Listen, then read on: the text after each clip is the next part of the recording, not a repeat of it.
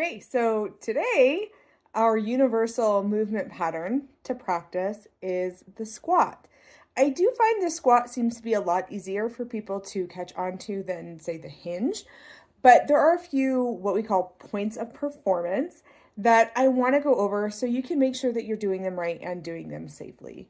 So let's go. So when it comes to the setup of the squat, I'm going to show you at a few different angles. The first thing to know is our feet are going to be about hip width apart, right? They might be might be wider depending on how long your legs are, especially your femurs. I'm built kind of funny. I'm built different. I have really long femurs and then like really tiny shins. So I tend to move like a long-legged person, even though I'm only 5'4".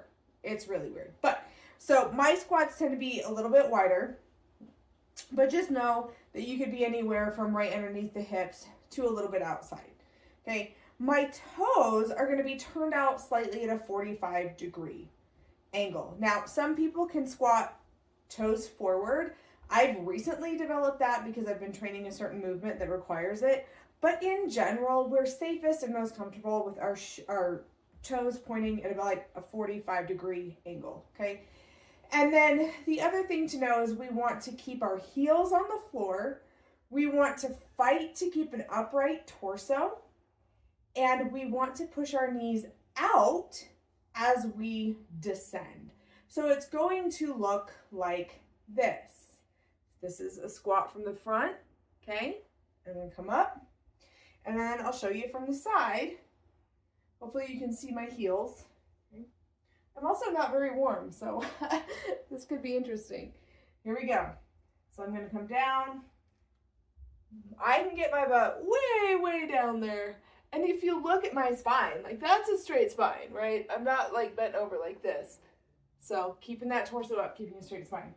So that's what the squat looks like, and that's basic setup.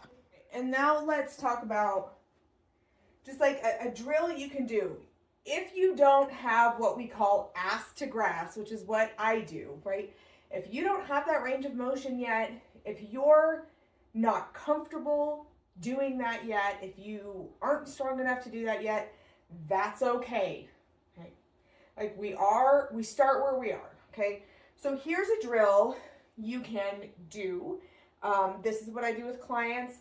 They're like box squats, but most people don't have a plyometric box in their house.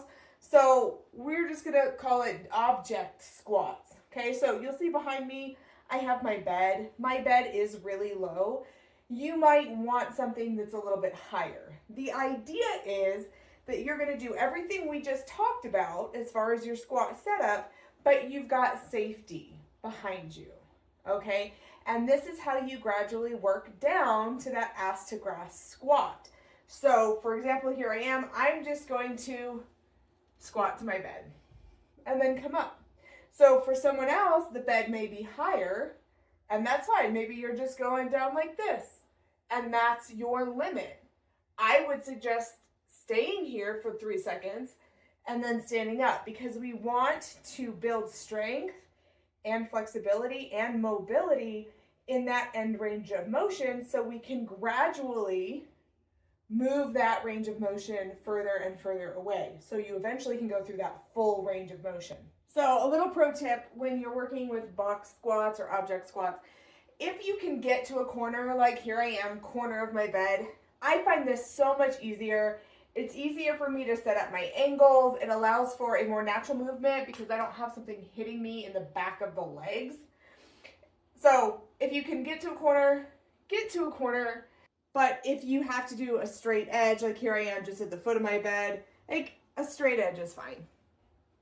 So use what you got, push yourself, learn a little, practice your squats. Practice your squats, do like 10 a day, and practice your hinges like 10 a day. You'll get somewhere, probably eventually, exactly where you want to be. Okay, something else I wanted to mention about squats.